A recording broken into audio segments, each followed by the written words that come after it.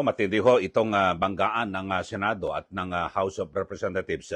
At ibiniking ho ni Senator Rodante Marcoleta na kung saan ay ipinipilit daw ho yung mga tumistigo sa House of Representatives, yung sa Quadcom, yung Infrastructure Committee, na sila po ay magbanggit ng pangalan ng senador. Ito ay bilang siguro pagganti dahil sa itong mga diskaya nang sila ay humarap sa Senate Committee o yung Blue Ribbon Committee sa Senado, ay nagbanggit ho ng mga kongresista, di ba, ng mga pangalan, at na kung saan ay nasa 17 ho ata yun, at nabanggit din sina Speaker Romualdez at Congressman Saldico. So sabi po ni Senator Marcoleta ay nag-text po sa kanya yung kampo po ng mga diskaya na bago sila sumalang sa hearing diyan po sa House of Representatives, ay binabalaan na sila na kapag hindi sila nagbanggit ng senador at idadawit dito po sa flood control project, ay maaari silang makontempt. Grabe ho ito mga kaumayan. Yun, nasa kanya pa rin yung text. So panoorin mo natin.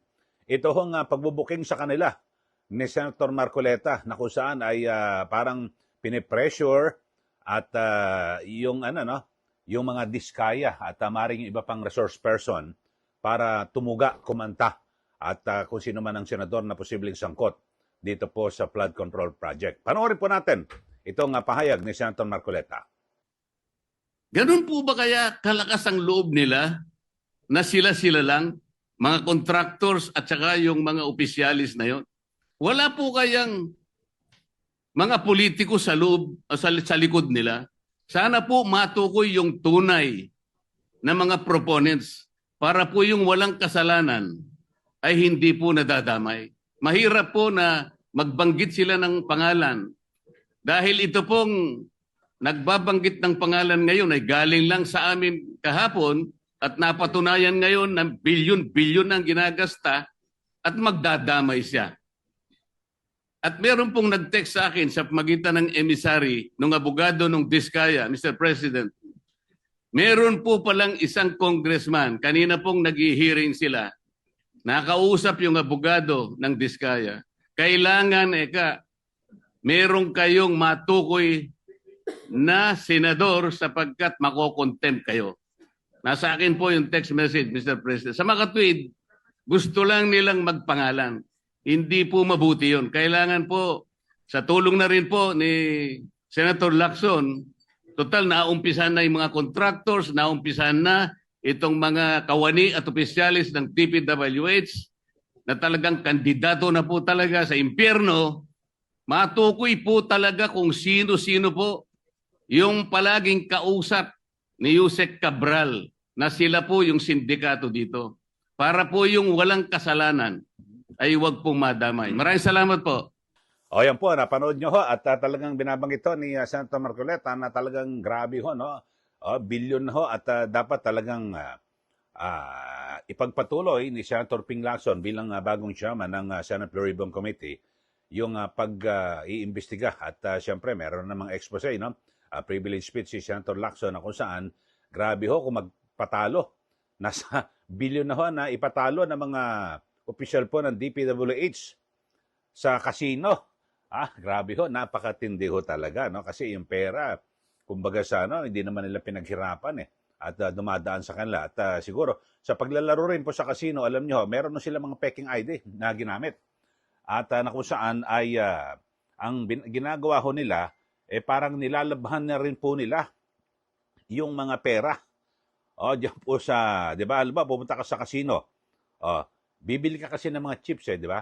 Sa casino. At alam ba, papalit ka ng 100 million. Ito, papalitan ng chips yan, yung cash mo. Tapos, ang mangyayari, mga kaubayan, pag siguro sa 100 million, magpatalo ka lang ng mga, siguro mga 10 million. So, may natitira ka 90 million. Tapos, papalitan mo ng cash. Ang binibigay ho niyan, cheque, di ba? Siyempre, may 90 million cheque ka na. Pwede mo nang i-deposit yan sa bangko at hindi ka na nasisita ng AMLAC. Bakit ito? Kasi lihitimo galing ng PAGCOR at ang iisipin mo dyan panalo ka sa casino, di po ba? So nagiging lihitimo, nalabhan po ang pera. So maaaring isa po ito sa modus nitong mga opisyal ng DPWH at kung kaya't, di ba, nagiging legal po yung pera, yung maruming pera na lalabhan. Samantala, ito ho, bibigyan ko kayo ng sample. Yung ginagawang pagtatanong ho ni Manila Congressman Benny Abante dito po sa Diskaya, talagang kita mo kung paano pressure no? Pinagbabanta, under oath ka. Sige, sino mga ka-meeting mo? Sabi, may meeting ho kami bago kami dumalo sa Senate hearing. Sino mga ka-meeting mo? Sino patawag? Mga lawyers ko po. Talagang pinipilit, may iba na parang gusto kong palabasin ni Senator o ni Congressman Abante na pinulong ho sila. O kung may senador man nakausap at pinagplanuhan bago humarap sa hearing ng Lunes. Weekend nag-meeting kasama senador, pinag-meetingan, ito mga ikakantay nyo ng mga congressman ha. Tapos pagdating ng Lunes, ganun. Parang ganun ho ang lumilitaw. Sige, kayo, panoorin nyo ho yung direksyon ng kanyang pagtatanong ni Congressman Abante dito po kay Carly Diskaya. Ito, panoorin po nyo. Tanggit mo kanina, nung tinanong kita, over the weekend, did you attend a meeting para pag-usapan ang iyong pagharap sa Senado kahapon? You're under oath, binanggit mo na kasama mo yung asawa mo, lahat na. Di ba? Tayo mo? Yes po, Your Honor. Ayan. So, inaamin mo na kayo ay nag-attend ng meeting Kasama bago po, yung meeting kahapon sa Senado. kasama ko po yung misis ko nang mag-usap-usap po kami ng mga lawyers po namin. So, inaamin mo na meron kayong meeting kahapon. Na before that, bago ka umrap sa Senado. Nagkaroon kayo ng meeting, di ba? Meron po, Your Honor, pero kami-kami lang po, mga advisor po namin ng legal. Oo naman, no, sabi ko sa iyo, magsabi ka ng totoo eh. So, yung nagpatawag ng meeting, Wala po, Your Honor.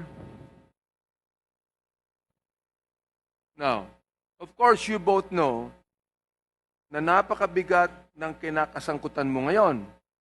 A case of plunder could be filed against you along with other officials. And this is the reason why you offered to be state witness. Tama ba ako? Yes, Your Honor. Kita nyo. Grabe ho, talagang laging ito ho ugali natin ni Abante at ng iba pang mga kongresista. Under oath ka, ano ibig sabihin? Mag-ingat ka sa pagsasalita. Dapat ang sabihin mo yung magustuhan namin. Kapag hindi namin nagustuhan, kulong ka. Ganun po mga kababayan. So, yun ho.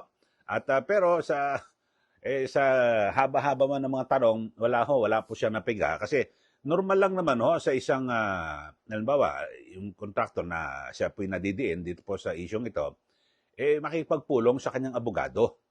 Normal, yun hindi na ho kinakailangan na, hindi na special yun matik na ho yun na talaga makipagpulong ka at makipagkonsulta ka sa iyong abogado. Kayo, sa ating mga viewers, ano po ang masasabi niyo ho rito sa takbo?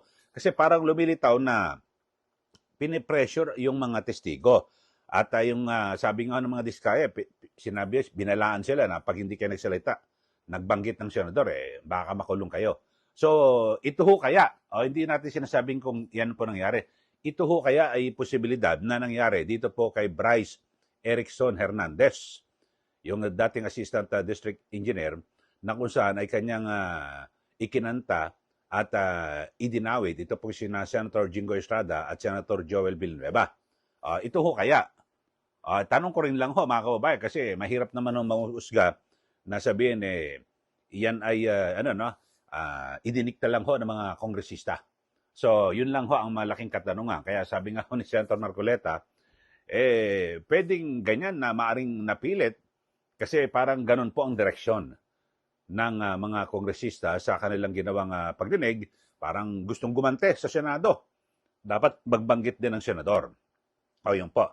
Pero sa akin naman, sa aking pananaw, tingnan natin at yung mga aligasyon na yan, dapat ho, meron pong resibo, meron pong ebidensya na magpapatunay dahil sa tayo, ako bilang isang taxpayer, talagang dapat po may managot, mga kababayan. Pero wag naman ho na magtuturo na walang sa mga taong walang kasalanan. Okay? Ulitin ko lang ho sa mga bago lang po sa ating channel, mag-subscribe na po kayo at huwag niyo po kalimutan na i-like at i-share. Maraming salamat. Muli ito po si Ka Eli. Magandang araw po sa ating lahat.